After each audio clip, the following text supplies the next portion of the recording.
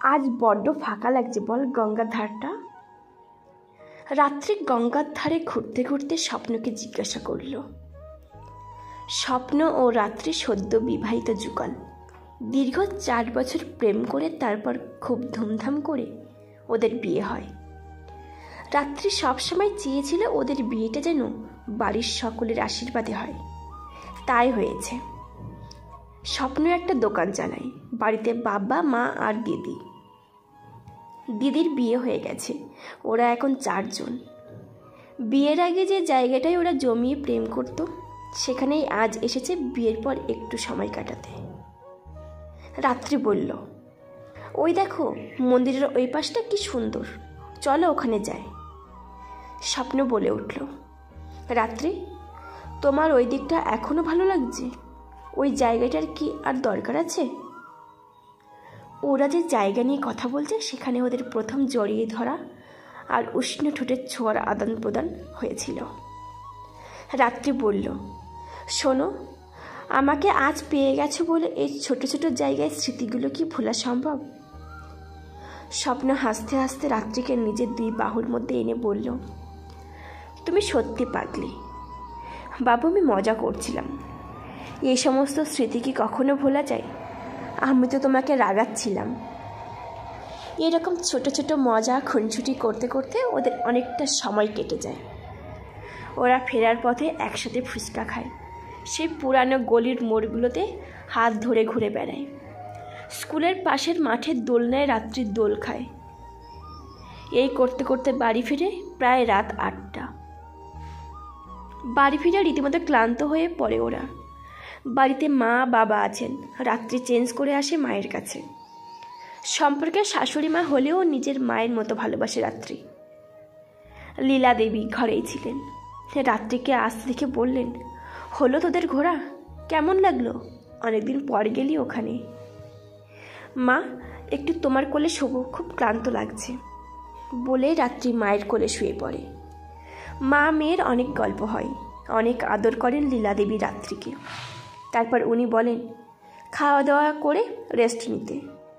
ও যেন স্বপ্নকে নিয়ে খাবার জায়গায় চলে আসে। রাত্রি গুটি গুটি পায়ে নিজের ঘরে যায়। গিয়ে দেখে স্বপ্ন ঘুমিয়ে পড়েছে। ওর মাথায় অনেক দুষ্টু বুদ্ধি মাথার চারা দিয়ে ওঠে। প্রথমে কাগজ পাকিয়ে কানে সুড়সুড়ি, তারপর কাতুকুতু, এক টুকরো বরফ এনে জামার ভিতরে পুড়ে দেওয়া। শেষমেশ লাস্ট বুদ্ধিটাই কাজে ধরল। ধর্মর করে উঠে বসে স্বপ্ন। রাত্রি তো হেসে ওঠে। তারপরে স্বপ্ন রাত্রিকে ধরতে যায় ও ছুটে সোজা মায়ের সাথে ধাক্কা। অগত্য আর কোনো উপায় নেই, তাই সবাই মিলে খেতে বসে যায়। স্বপ্ন রাত্রিকে ইশারা করে বলে, ঘরে চল, তোর হচ্ছে। রাত্রি এই বাড়িতে যেন নিজের মা বাবা পেয়েছে। লীলা দেবী ওকে বড্ড স্নেহ করেন। সংসারের ছোট ছোট কাজগুলো ওকে শিখিয়ে দেন আর বলেন, আস্তে আস্তে থেকে সব শিখিয়ে দেব। আচ্ছা মা, তাই করো, এখন আমার ঘুম পাচ্ছে, আমি চাই। রাত্রে লীলা দেবীকে জড়িয়ে ধরে বলে, মায়ের কাছে সম্মতি পেয়ে নিজের ঘরে যায়, কিন্তু ও জানে আজ ওর ভাগ্যে দুঃখ আছে। চুপি চুপি ঘরে ঢুকে দেখে ঘর ফাঁকা। একবার ভাবে, এত রাতে না বলে কোথায় গেল? এত রেগে গেল? মুখ নিচু করে দরজা ভেজিয়ে ব্যালকনির দিকে এগিয়ে যায়। স্বপ্নের সুযোগ বুঝে পিছন থেকে এসে রাত্রিকে জড়িয়ে ধরে আর দুজনের মধ্যে শুরু হয় দুষ্টুমি। স্বপ্ন রাত্রিকে টেনে এনে বিছানায় শুয়ে দেয় আর ওর মুখের কাছে মুখ এগিয়ে এনে বলে, এবার কি করবি? তুই আর কিছু করতে পারবি না, আবার আমার যা ইচ্ছা তাই করব বলেই ঠোঁটের উপর ঠোঁট দিয়ে চুম্বন করতে করতে ভালোবাসার উষ্ণতায় ডুবে যায়। পরের দিন সকাল সকাল ঘুমটা ভেঙে যায় ওর। স্বপ্ন তখনও ঘুমে আচ্ছন্ন। রাত্রি স্বপ্নর বুকে মাথা রেখে শুয়ে পড়ে আর খুব সাবধানে ওর গাল ছুঁয়ে আদর করে। এর মধ্যে স্বপ্নের ঘুম ভেঙে যায়, কিন্তু ও কোনো সাড়া করে না। রাত্রি মাথা তুলে স্বপ্নকে 2 চোখ ভরে দেখতে থাকে আর মাঝে মাঝে কপালে কিস করে। তারপর উঠে ফ্রেশ হয়ে এসে চেঞ্জ করে বাইরে বেরোতে গিয়েও আবার স্বপ্নের দিকে তাকায়। আবার এগিয়ে এসে গালে হাত ছোঁয়াতেই স্বপ্ন ওর হাতটা টেনে ধরে রাত্রিকে কাছে নিয়ে আসে। দুষ্টুমি করতে গেলে রাত্রি ছুটে পালায়। বেশ কিছুটা সময় কেটে যায়। লীলাদেবী রাত্রিকে রান্নাঘরের কাজ বুঝিয়ে বাইরে চলে যান। স্বপ্ন চুপি চুপি রান্নাঘরে এসে রাত্রির অজান্তে ওকে পিছন থেকে জড়িয়ে ধরে। রাত্রি কিছু বলার আগেই ওর গালে কিস করে পালিয়ে যায়। রাত্রি নিজের মনে হাসতে থাকে আর ভাবে, তোমার এই ছোট্ট ছোট্ট পাগলামিগুলোই আমি বড্ড ভালোবাসি। হঠাৎ স্বপ্ন এসে বলে, ওহো, তাহলে ওই ছোট্ট ছোট্ট পাগলামিগুলো ভালোবাসিস, আমাকে ভালোবাসিস না তাই তো? তুই আবার এসেছিস বলে রেগে যায় রাত্রি।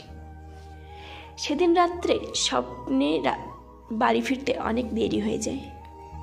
অনেকক্ষণ অপেক্ষা করতে করতে না খেয়ে ঘুমিয়ে পড়ে। লীলাদেবী ওকে বুঝিয়ে খাওয়াতে গেলেও ও বলে, মা, আমি একটু অপেক্ষা করি, ও আসলে খাবো।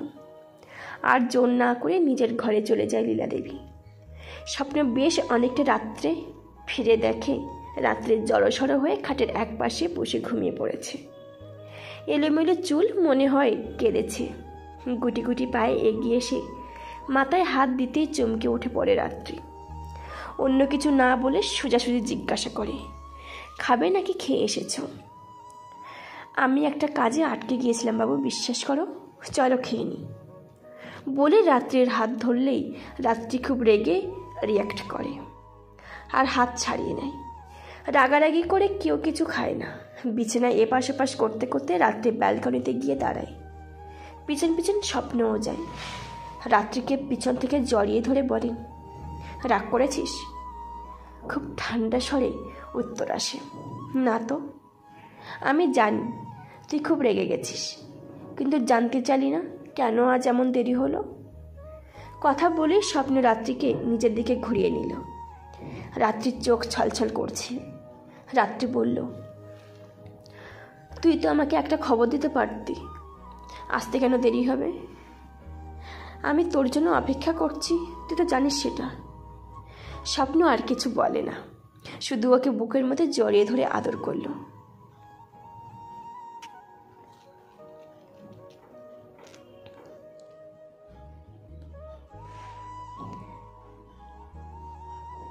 অভিমানের রাত কেটে ভোরের মিষ্টি আলোতে আলোকিত ওদের অন্তর ও বাইরের জগৎ। অ্যালার্ম ক্লকটা বেজে উঠল, মানে 6টা বাজে। স্বপ্ন উঠে ফ্রেশ হতে যাবেই কি দেখল রাত্রি ওর হাতটা ধরে রেখেছে। ঘাড় ঘুরিয়ে রাত্রির কপালে একটা কোমল চুম্বন এঁকে ও উঠে পড়ল। রাত্রি নিজের ঘর গুছিয়ে বাইরে গেল। খুব সাধারণ একটা জীবন। সাংসারিক জীবনের প্রতিটা মুহূর্ত সুখ দুঃখের সান্নিধ্যে আরও অনন্য হয়ে ওঠে। সকাল হয়ে গেছে, বিছানা ছাড়তে ইচ্ছা করছে না রাত্রির। অ্যালার্ম ক্লকটা বেজেই চলেছে সেই 6টা থেকে। এদিকে ঘড়িতে এখন 8টা বেজে গেছে। রাত্রির মা হন্তদন্ত হয়ে এসে একটু উচ্চস্বরে বললেন, তুই কি আজ উঠবি না? অফিস থেকে 4বার ফোন করে ফেলল। নিতাও ফোন করেছিল, আমি আর পারি না, উফ, ভগবান আমাকে তুলে নাও এবার। মা রেগে গজগজ করতে করতে চলে গেল। রাত্রি খুব শান্ত আর স্থির হয়ে আছে, তার মনে মনে ভাবছে কোনটা ঠিক। এতক্ষণ কি ও স্বপ্ন দেখছিল? কিন্তু আবার মায়ের চিৎকার শুনে বিছানা ছাড়ল। খুব তাড়াতাড়ি ফ্রেশ হয়ে রেডি হয়ে গেল। ঘর থেকে বেরোনোর সময় চোখে পড়ল স্বপ্নের দেওয়া বড় আরশিটার দিকে। দীর্ঘ 5 বছর হয়ে গেল, তবু রাত্রি খুব তাড়াতাড়ি অফিসে বেরিয়ে গেল। পিছন থেকে ওর মা ওকে ডাকলেও কোনো সাড়া দিল না। এটা জুলাই মাসের শেষ দিক। আকাশ মাঝে মধ্যে পুঞ্জীভূত কালো ধোয়ার মতো মেঘে ঢাকা পড়ছে। আশেপাশের পরিবেশ খুব শান্ত। গাছের কচি পাতাগুলোতে বৃষ্টির কণা নিজ মনে চিকচিক করছে। পরন্ত বিকেলের শেষ রোদের সোনালি আলোয় আকাশটা মেঘের বুক চিরে লালচে আভা বিকিরণ করছে। রাত্রি আজ একটু তাড়াতাড়ি বেরিয়ে পড়েছে অফিস থেকে। প্রাকৃতিক মনোরম দৃশ্য আজ বড্ড ভালো লাগে, যদিও আজ তার মন বড্ড বেশি ভারাক্রান্ত। আজ আর বাস বা অটো কিছুই নেয়নি। ধীর পায়ে সামনের আকাশের দিকে তাকিয়ে তাকিয়ে এগিয়ে চলেছে। আজকের বিকেলটা বড্ড বেশি শান্ত হয়ে আছে। হতে পারে এটা ওর মনের ভুল, তবে এবারও চোখ পড়ল দলা পাকানো কালো মেঘের মাঝে কিছুটা অংশ সাদা মেঘের বর্ষা জমিয়েছে। সেখানে তাকিয়ে দেখতে দেখতে একটা মুখের অবয়ব ফুটে উঠেছে। রাত্রির অস্থির হয়ে দাঁড়িয়ে অবাক দৃষ্টিতে তাকিয়ে রইল। কয়েক মিনিটের ব্যবধানে সেই মুখের চিত্র প্রকট হয়ে হারিয়েও গেল। রাত্রি অফিস থেকে তাড়াতাড়ি বেরোলেও বাড়ি পৌঁছালো সে রোজকার মতো সময়েই। বাড়িতে ঢুকতে ঢুকতে মুষলধারে বৃষ্টি নেমেছে। রাত্রির সাইড ব্যাগটা নামিয়ে সোজা ছাদে উঠে গেল। রাত্রির মা রান্নাঘরে ব্যস্ত থাকায় জানতেও পারলেন না। ছাদের একদম ডান দিকের পাঁচিল ধরে উপরের দিকে মুখ তুলে চোখ বন্ধ করল। সন্ধ্যার মেঘলা আকাশের নিচে দাঁড়িয়ে তীব্র বৃষ্টির দাপটে তৎক্ষণাৎ ভিজে চুপচুপে হয়ে গেল। কিছুক্ষণ দাঁড়িয়ে ভিজতে ভিজতে সে ছাদের উপর শুয়ে পড়ল। চোখ বন্ধ করে দুহাত দুদিকে মেলে দিয়েছে। এবার ওর পুরানো স্মৃতিগুলো আবছা আবছা আলো আধারিতে ফুটে উঠছে। রাত্রি চোখ খুলছে না। কানে বাজছে একটা গিটারের মিষ্টি সুর। পাশের চন্দ্রিমা, রিকি, তনয়া আর অরিত্র। ওদের উল্টো দিকে বসে আছে রাত্রি। স্বপ্নের বাজানো গিটারের সুরটা রাত্রির বড্ড মোহময় লাগে। অনেকদিন ধরে সেই সুরে আকৃষ্ট। কলেজ জয়েন করেছে প্রায় 7 মাস হয়ে গেল। হাতে গোনা দুটো বন্ধু রাত্রির। বড্ড বেশি শান্ত ও চুপচাপ স্বভাবের জন্য বিশেষ কারোর সাথে মিশতে পারে না একেবারে। ছোটবেলায় বন্ধু শালিনী ও হাই স্কুলে পড়াকালীন দেবজ্যোতি ওর বন্ধু হয়। কলেজেও তারাই আছে। নতুন কারোর সাথে তেমন বন্ধুত্বপূর্ণ সম্পর্ক হয়নি। টুকটাক সামান্য মুখ চাওয়াচাওয়ি আর একটু হাসির বিনিময়, ব্যাস ওইটুকুই। স্বপ্ন এই কলেজের 2য় বর্ষের ছাত্র, অসাধারণ গান করতে পারে ও পড়াশোনাতেও খুব ভালো। বন্ধুবান্ধবদের প্রচুর সমাহার। রাত্রি ওই বাঁধানো বটগাছের নিচে যতক্ষণ বসে থাকতো শুধুই ওর চর্চা। ওখান থেকে কানাঘুষোও ও শুনেছে কলেজে ভর্তির আগে। ওকে এই কলেজের বার্ষিক অনুষ্ঠানে পারফরমেন্স করার জন্য ডাকা হতো। স্বপ্নে ছোট্ট থেকে সুরের মূর্ছনায় বিহব্বল, আর ওর কণ্ঠে এক মোহময় মুগ্ধতা রাত্রিকেও কেমন যেন আকৃষ্ট করে। হঠাৎ শালিনী ওর কাঁধ ঝাঁকিয়ে জোরে বলল, কি ব্যাপার বলতো, কখন থেকে ডাকছি সাড়া দিচ্ছিস না কেন? রাত্রি আচমকা ঝাঁকুনি খেয়ে চমকে উঠল আর কোমল মুখে শালিনীর দিকে ফ্যাল ফ্যাল করে তাকিয়ে রইল। শালিনী আবার বলল, ক্লাস শুরু হতে আর 3 মিনিট বাকি। দৌড়ে দৌড়ে গেলেও সেই 3 তলায় উঠতে উঠতে স্যার এসে যাবে ক্লাসে। কখন থেকে ডাকছি, তোর কোনো হুঁশ থাকলে তবে তো। উফ, চল ওঠ। রাত্রি যে কোন জগতে পৌঁছে গিয়েছিল তা ওর নিজেও ভেবে পেল না। শালিনীর কথা মতো তখনকার মতো ক্লাস অ্যাটেন্ড করল। তারপর অবশ্য স্বপ্নের বিষয়টা ওর মাথা থেকে বেরিয়ে গেছে। প্রায় সপ্তাহখানেক কেটে গেল রাত্রি কলেজ থেকে একাই বেরিয়েছে। আর শালিনী বা দেবজ্যোতি কেউ কলেজে আসেনি। কলেজে কাট করে ওরা গেছে নন্দন। অগত্যা একাই ফিরতে হবে রাত্রিকে। বিকেল থাকতে থাকতেই বেরিয়ে পড়েছে, কিন্তু হঠাৎ পরিষ্কার আকাশ এমন পুঞ্জীভূত নিকষ কালো অন্ধকারে ছেয়ে যাবে, এমন দুর্বৃত্ত ছোড়ো হাওয়ার মধ্যে পড়তে হবে সেটা ও ভাবতেও পারেনি। নিমিষে রাস্তাঘাট ফাঁকা হয়ে গেছে, একটাও গাড়ি নেই ধারে কাছে। বাড়িতে ফোন করলো, লাভ হলো না কোনো। ফোন লাগলো না। ও ভাবলো কলেজ থেকে বেশি দূর আসেনি। এবার ভাবছে আবার কি কলেজের দিকে ফিরে যাবে, নাকি ওখানেই অপেক্ষা করবে।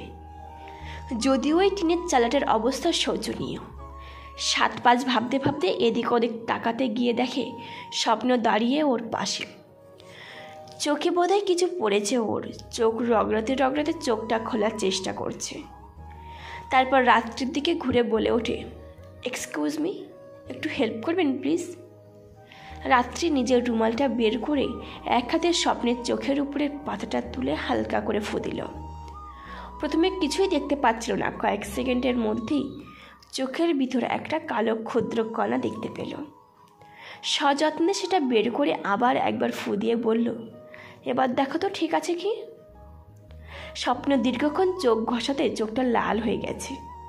রাত্রি নিজের জলের বোতলটা এগিয়ে দিয়ে বলল, একটু চোখের জলের ঝাপটা দাও।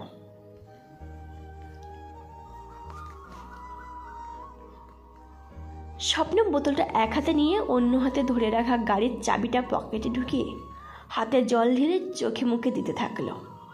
রাত্রি হাঁ করে তাকিয়ে দেখতে থাকে। স্বপ্ন ওকে ধন্যবাদ দিয়ে ওখান থেকে চলে যায়। এতক্ষণে পরিবেশও বেশ শান্ত। এক পা করে রাত্রিও এগিয়ে চলে বাস স্ট্যান্ডের দিকে। পরের দিন ছিল রবিবার। ছুটির দিনে সাধারণত কোথাও বেরোয় না। আজ কাকার মেয়েটা বায়না করছে বলেই ওকে নিয়ে গেল। কাকারা এখানে থাকেন না, কাল এসেছেন, 2 দিন থেকেই আবার ফিরে যাবেন সিমলা। কলকাতা কেমন জায়গা সেটা রাত্রির বোন দেখার বায়না চলল। অগত্য রাত্রি ওকে নিয়ে যেতেই হলো। রাস্তায় হঠাৎ দেখা হলো কলেজের একদল ছেলে মেয়ের সাথে। একটু হাই হ্যালো করলো সবাই। ওই দলে স্বপ্নও ছিল, শুধু সে কিছু বলল না। রাত্রি কিছু মনে করলো না, নির্লিপ্ত হাসি খুশি মুখে সবার সাথে কথা বলল। পরের কয়েকদিন কলেজ যাওয়া হলো না। অনেকদিন পর কাকারা আসায় আরও কয়েকজন আত্মীয় স্বজনের আগমন হয়েছিল। তাদের সাথে ব্যস্ত হয়ে গিয়েছিল রাত্রি। ওদিকে স্বপ্ন কিন্তু একটু অস্থির হয়ে উঠেছিল। কিছু প্রকাশ না করলেও ওই চেনা মুখটা দেখা পায়নি 3 দিন হয়ে গেল। মুখ ফুটে কাউকে কিছু জিজ্ঞাসাও করতে পারছে না, আর কোনো কাজেও মনোযোগও দিতে পারছে না সে। রাত্রি কলেজ ঢুকছে অকস্মাৎ কে যেন বলল, 2nd ক্লাসের পর ক্যান্টিনের পিছনে দেখা করবি। মুখ ঘুরিয়ে দেখে পাশ থেকে স্বপ্ন চলে গেল। একটু অবাক হলেও মুখে একটা লজ্জা মেশানো হাসি নিয়ে ক্লাসে চলে গেল। ওর বন্ধুরা আজও ডুব মেরেছে, তাই মনের মধ্যে বেড়া ওঠা উদ্বেগকে প্রশ্রয় না দিয়ে ক্লাস করল। 2nd ক্লাসের পর ও সোজা বেরিয়ে গেল ক্যান্টিনের পিছনে। কাউকে দেখতে পেল না। ওরা স্বপ্নের মজা ভেবে চলে যাবে ভাবছে, তৎক্ষণাৎ শুনল সেই গিটারের সুরটা। ওর আর কোনো সন্দেহ নেই, স্বপ্ন কোনো মজা করেনি, ছুটে গেল সুরটা যেদিক থেকে আসছিল। রাত্রি স্বপ্নের ঠিক পিছনে দাঁড়িয়ে অজান্তেই ওর কাঁধে হাত রেখে ডাকতে যাবে কি স্বপ্ন মুখ না ফিরেই বলল, 1 বছর লাগলো তোমার কাছে ধরা দিতে, তবে আমি ভাবতে পারিনি তোমাকে এইভাবে পেয়ে যাব। রাত্রি আর কিছু বলেনি সেদিন, ওদের এইটুকুই কথা হয়েছিল।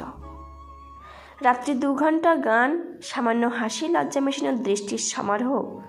আসার পথে একে অপরের হাত ধরে কলেজ থেকে বেরিয়ে সোজা বাস স্ট্যান্ড।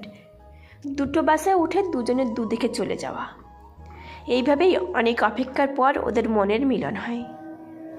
দীর্ঘ 5 বছর প্রেম করার পর ওরা বাড়ির অমতেই বিবাহ বন্ধনে আবদ্ধ হয়। রাত্রিকে স্বপ্নের বাড়ির বা স্বপ্নকে রাত্রির বাড়ির কেউ দেখেনি।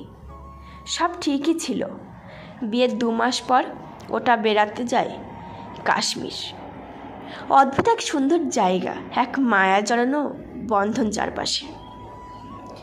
কাশ্মীরে ওই ছোট্ট বাজারটা পেরিয়ে ওরা সেদিন ফিরছিল ওদের হোটেলে। আচমকাই একটা বড় টাটা সুমো পিছন থেকে ধাক্কা মারল। স্বপ্ন গড়িয়ে গড়িয়ে একেবারে খাদের কিনারায়। রাত্রি দিক বিদিক শূন্য হয়ে ছুটে এসে ওর হাতটা ধরে উপরে তোলার চেষ্টা করে। ওই রাস্তায় কয়েকজন স্থানীয় লোকজন আসছিল ওদের দেখে এই অবস্থা থেকে উদ্ধার করে। ওদের দুজনকেই ওখানকার হসপিটালে অ্যাডমিট করা হয়। জ্ঞান হারিয়েছিল দুজনেই। স্বপ্নের জ্ঞান ফিরেছিল ভোর রাতে, মানে ওই ঘটনার 19 ঘন্টা পরে। কিন্তু রাত্রিকে দেখে ও কিছুই মনে করতে পারল না, উল্টে প্রচণ্ড রেগে বলল, আমি ডক্টর নির্মলেন্দু চক্রবর্তীর ছেলে নীলাদ্রি। আমার বাড়ির লোক কোথায়? এসব ফালতু মানুষজন আমার সামনে কেন? চলে যেতে বলুন ওনাকে। পরদিন সকালে ডক্টর নির্মলেন্দু ও ওনার 2 জন কর্মচারী স্বপ্নের কাছে ওদের সাথে কথা বলে স্বপ্ন বাড়ি ফিরতে চাইল এবং সেই মতোই সব ব্যবস্থা হলো। রাত্রি কিছুই বুঝতে পারছিল না, সব যেন এলোমেলো হয়ে গেছে। ওর কি করবে না করবে কিছুই বুঝতে পারছে না। তারপর ও ওর বাড়িতে ফিরে আসে ওখানকার লোকাল পুলিশের তত্ত্বাবধানে। অনেক চেষ্টা করেও আর স্বপ্নের ধারে কাছে পৌঁছাতে পারেনি ও। সকাল হয়ে গেছে যখন রাত্রি চোখ খুলল, পাশে মা বসে আছে। ওর শরীর চাদর আবৃত, ওর কাঁপ লাগছে, শরীরে গরম আগুন, কপালে জলপট্টির কাপড়টা। বেলায় আমার জ্বর না কমায় মা অরুণ কাকুকে খবর দিলেন। কিন্তু উনি একটা কাজে বাইরে গেছেন, অবশ্য একটা অন্য ডাক্তারের কথা বললেন। মা ইতস্তত করে নতুন ডাক্তারের সাথে কথা বললেন ও এমার্জেন্সি ওনাকে আসতে বললেন। বেশ কিছুক্ষণ পরে মা ডাক্তারকে নিয়ে এসে বাসায় রাত্রির ঠিক পাশে। ডাক্তার রাত্রির হাতটা ধরতেই কেমন চঞ্চল হয়ে ওঠে, তারপরেই অবশ্য সামলে নেয়। রাত্রি চোখ খোলে ও ওর নিজের চোখকেও বিশ্বাস করতে পারছে না যে ডাক্তার ওর পাশে বসে আছে সে আর কেউ নয়, ওর স্বপ্ন। যদিও উল্টো দিকের মানুষটার কোনো ভ্রুক্ষেপ নেই। রাত্রি নাড়ি পরীক্ষা করে টেম্পারেচার মেপে ওষুধ দিয়ে চলে যায়। 2-3 দিনের মধ্যে সুস্থ হয়ে যায় রাত্রি। রাত্রির মা ওকে জানায় স্বপ্ন মানে বর্তমানের পরিচিত ডাক্তার মহলের বড় মাপের ডাক্তার নীলাদ্রি। তখন ওর বয়স 12। একটা কার অ্যাক্সিডেন্ট হয় সিমলা থেকে ফেরার পথে। নীলাদ্রি গড়িয়ে পড়ে পাহাড়ের ঢালে। ওর মায়ের স্পট ডেট। ওই অ্যাক্সিডেন্টের ফলে ও স্মৃতিশক্তি হারিয়ে যায়। ডক্টর নির্মলেন্দু বাবু অনেক খুঁজেও আর কোনো খবর পায়নি। তারপরেই নীলাদ্রি একটা নার্সের সাথে তার এই কলকাতাতেই থাকে ও কিছুদিন পর পড়াশোনা শুরু করে। ও জানতো না এই সমস্ত ঘটনা, তাই সব লুকিয়ে রেখেছিল ওর পালিত বাবা আর মা। তাই তো ওর হারিয়ে যাওয়ার পর ওনারা বিশেষ উৎসাহ দেখালেন না। তুই নিজের জন্য নতুন কিছু ভাব আর অপেক্ষা করিস না। রাত্রির স্বপ্নের গিটারটা হাতে নিয়ে সোজা নীলাদ্রির চেম্বারে। উপস্থিত সকলেই অবাক হয়ে নির্বাক দর্শক। সবটা বলে গিটারটা ওর হাতে দিয়ে চলে যায় রাত্রি। রাত্রে স্বপ্ন যায় আর রাত্রিকে স্ত্রীরূপে স্বীকার করে বাড়ি নিয়ে আসে। ওর কিছুই ওর মনে নেই, শুধু মনে রয়েছে রাত্রির সাথে কোথাও একটা গাঢ় সম্পর্ক আছে। বাকিটাও সাজিয়ে নেবে আবার।